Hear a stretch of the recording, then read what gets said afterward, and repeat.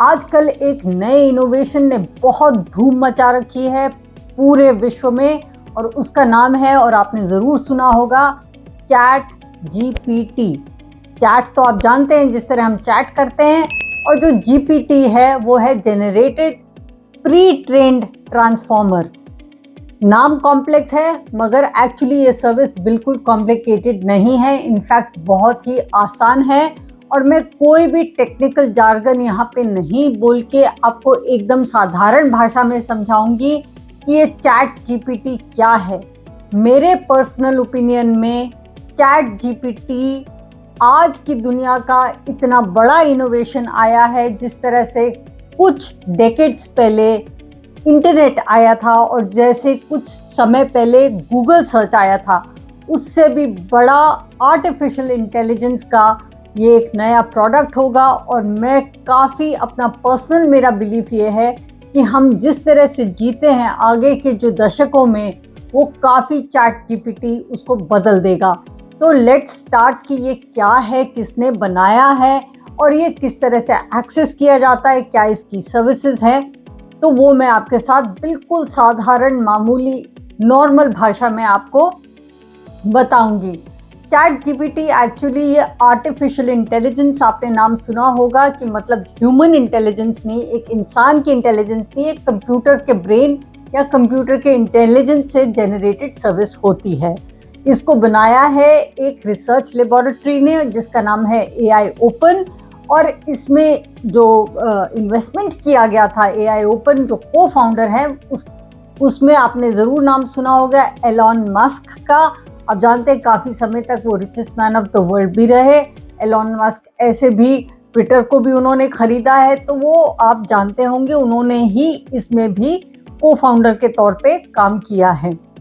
इसके अलावा ऑलरेडी इस एआई जेनरेटेड रिस्पॉन्स सिस्टम, मतलब आर्टिफिशियल रिस्पॉन्स सिस्टम, जो भी आप क्वेश्चन पूछे उसका जवाब वो देता है, इसकी इतनी पॉपुलैरिटी हो गई है कि माइक्रोसॉफ्ट ने ऑलरेडी $1 बिलियन इसमें इन्वेस्ट करने का अनाउंसमेंट कर दिया है। इनफैक्ट जब ये लॉन्च हुआ नवंबर 25 तारीख को, तब ऑलरेडी पहले ही सप्ताह में, एक हफ्ते के अंदर अंदर 1 मिलियन यूज़र इसके ऊपर आ गए, और अब तो इतना ज़्यादा नंबर इंक्रीज और भी ज़्यादा हो गया है। मगर आप सोचेंगे कि इसमें क्या अलग होगा कि भाई ये एक जवाब ही देता है, तो ये एलेक्सा जैसा है क्या, गूगल असिस्टेंट जैसा है, मगर इसमें बहुत फ़र्क ये है कि ये डेटा को प्रोसेस खुद करता है। कोई भी इसके अंदर ऑलरेडी प्रीफेड नहीं होते आंसर, जो कि नॉर्मली बाकी सिस्टम्स में या बाकी जो भी हमारे ईमेल्स पे या जो आप चैट करें, कई बार प्रीफेड होते हैं कि ये क्वेश्चन पूछो तो ये आंसर, ये क्वेश्चन पूछो तो ये आंसर। ऐसा ये नहीं करता, ये अपने आप सोचता है, डेटा क्रंचिंग करता है, एनालिसिस करता है और उसके बेसिस पे जवाब देता है।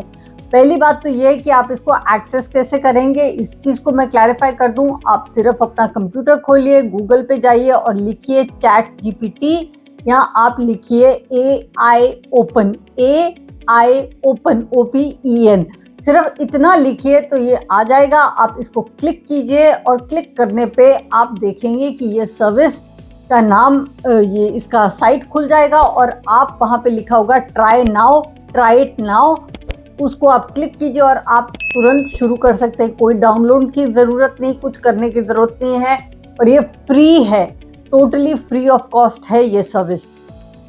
तो इसको यूज़ कैसे करना है और ये कैसे किस तरह से डेटा प्रोसेस करता है, जैसे कि आप गूगल पे जाते हैं और आप बोलते हैं कि मुझे इस पर्टिकुलर चीज़ के बारे में इंफॉर्मेशन चाहिए, जैसे कि अगर कोई भी नाम बोले कि इस टाइम के बजट पे क्या क्या बड़ी खबरें आई, तो आप लिखेंगे बजट 23-24, उससे आपको कई तरह के लिंक्स गूगल देगा।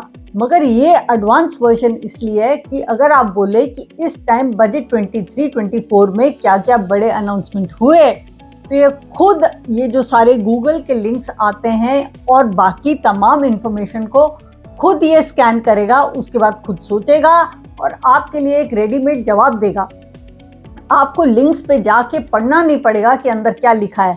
आप बोलेंगे व्हाट इज इन बजट 23-24, वो लिखेगा major announcement of budget 23-24 are this, industry के लिए ये, आपके लिए ये, इनकम टैक्स के लिए ये इस तरह की अलग चीज़ें वो खुद प्रोसेस करके सारे लिंक्स पढ़ के खुद जवाब बना के आपके सामने प्रेजेंट करेगा।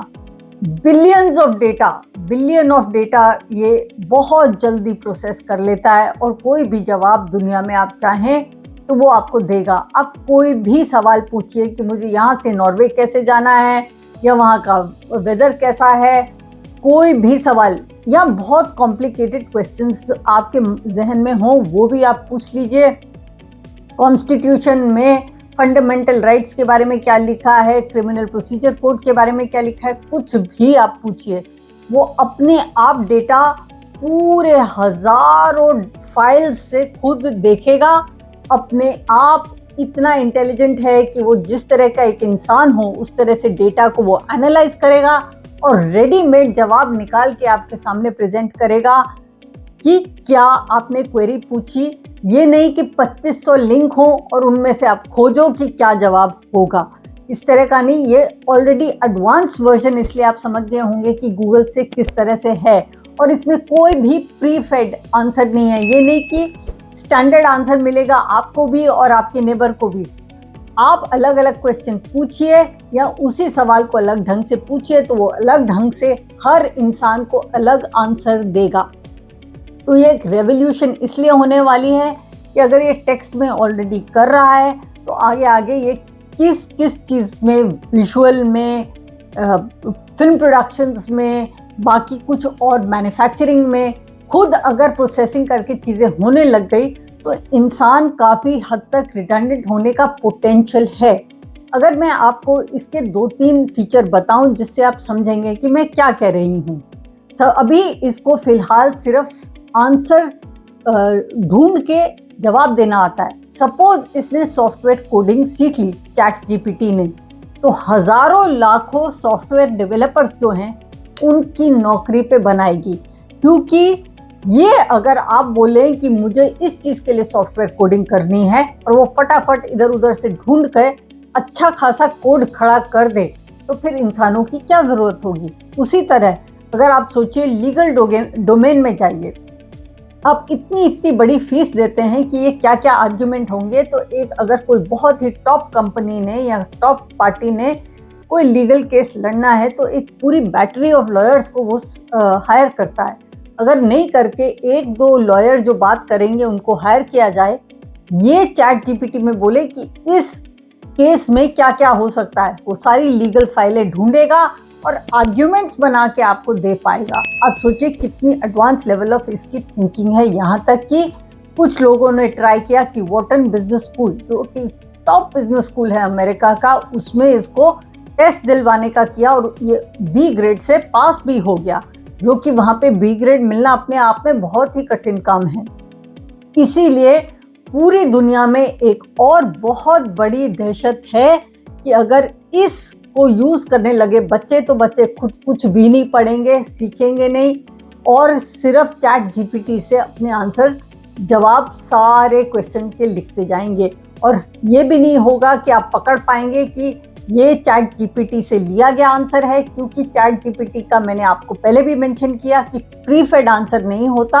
आप जिस तरह से पूछेंगे उस तरह से वो अलग तरीके से हर इंसान को यूनिक आंसर लिख के देता है। तो आप कैसे जानेंगे कि ये किसी मशीन ने आंसर लिखा है, क्योंकि एक बच्चे का पेपर दूसरे के बच्चे के पेपर से एक ही प्रश्न पे अलग तरह से अगर पूछा गया हो तो अलग तरीके से जवाब आएगा। तो आप सोचिए कि वर्ल्ड वाइड बहुत स्कूल्स और प्रिंसिपल्स और स्कूल के मैनेजमेंट ऑलरेडी चैट जीपीटी को बैन करने के लिए कह रहे हैं, क्योंकि कह रहे हैं कि अगर चैट जीपीटी बच्चे देखने लगे तो खुद कोई भी रिसर्च नहीं करना चाहेगा।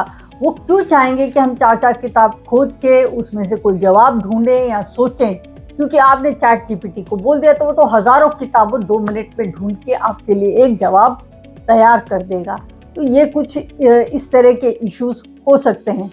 उसके आगे अगर देखा जाए तो आज की डेट में फिलहाल अगर देखा जाए तो कह रहे कि गार्टनर की एक रिपोर्ट आई है कि आगे क्या क्या होगा, आगे के दिनों में, आगे के डेकेड्स में।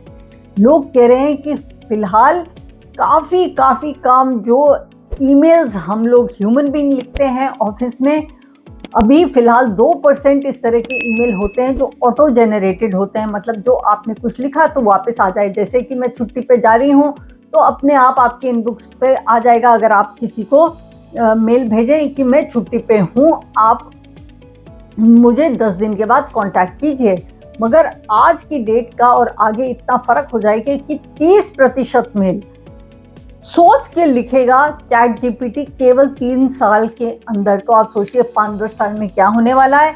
हमारी कितनी मैन पावर जो है वो रिडंडेंट होने वाली है। ऑफिस सोचेगा कि चैट जीपीटी को लिया जाए और ये ईमेल का आंसर करने का, बैक ऑफिस में कस्टमर सपोर्ट में सारा काम चैट जीपीटी संभाल लेगा। तो ये इतना सारा बैक ऑफिस के जो लोग हैं उनका भी क्या हो सकता है आगे के दिनों में कह नहीं सकते। इनफैक्ट गार्टनर की तो ये भी रिपोर्ट है कि चाहे मैन्युफैक्चरिंग हो या और तरह की तमाम सर्विसेज हों, उसमें भी चैट जीपीटी या आर्टिफिशियल इंटेलिजेंस का काफ़ी रोल हो सकता है। मतलब कंप्यूटर जनरेटेड इंफॉर्मेशन का काफ़ी रोल हो सकता है।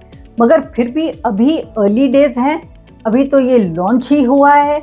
आगे के दिनों में क्या हो सकता है ये सोच के भी थोड़ा डर लगता है, क्योंकि एथिक्स का क्वेश्चन एक बहुत बड़ा हमारे सामने खड़ा हो गया है कि चैट जीपीटी अगर ह्यूमन बीइंग की इंटेलिजेंस को रिप्लेस करेगा तो क्या उसमें सेंसिटिविटी होगी।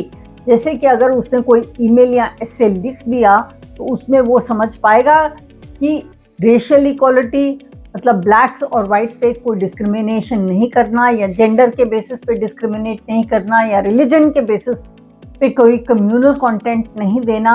वो समझ पाएगा। ऑलरेडी कुछ समझने लग चुका है। ऑलरेडी कुछ गलतियां जो ये दिखा रहा था वो ऑलरेडी सुधार में आ रही हैं। अभी तो इसको लॉन्च हुए ही 2 महीना हुआ है। तो आप सोचिए कि आगे के दिनों में अगर ये चीज़ें भी रिजॉल्व हो गई तो ये वर्क इन प्रोग्रेस है।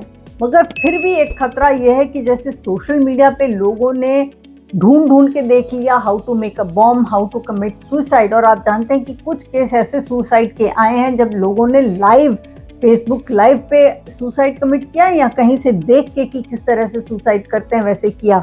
उस तरह से चैट जीपीटी बहुत डेंजरस डिवाइस हो सकता है। अगर आप बोले कि किस तरह से मारा जाए, किस तरह से मरा जाए, किस तरह से लोगों को इंजरी की जा सकती है, किस तरह से सोसाइटी में हैजर्ड किया जा सकता है, या बहुत वाइड स्प्रेड किस तरह से दंगे किए जा सकते हैं, ये इस तरह की इंटेलिजेंस अगर चैट जीपीटी से हम लेने लगे या लोग लेने लगे तो ये बहुत डेंजरस हो सकता है। इसलिए चैट जीपीटी डायरेक्ट बोल देता, अगर आप बोले how to make a bomb तो वो डायरेक्ट बोल देता है कि ये प्रश्न का जवाब मैं नहीं दूंगा।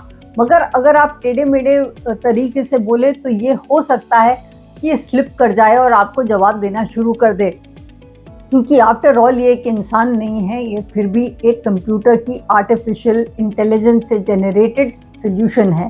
तो ये आगे के दिनों में किस तरह से चैट जीपीटी हमारे दुनिया को ट्रांसफॉर्म करेगा ये देखने वाली बात है। गूगल सर्च ने और इंटरनेट ने तो बहुत हद तक ऑलरेडी इस वर्ल्ड को किस तरह से हम जीते हैं बदल चुके हैं।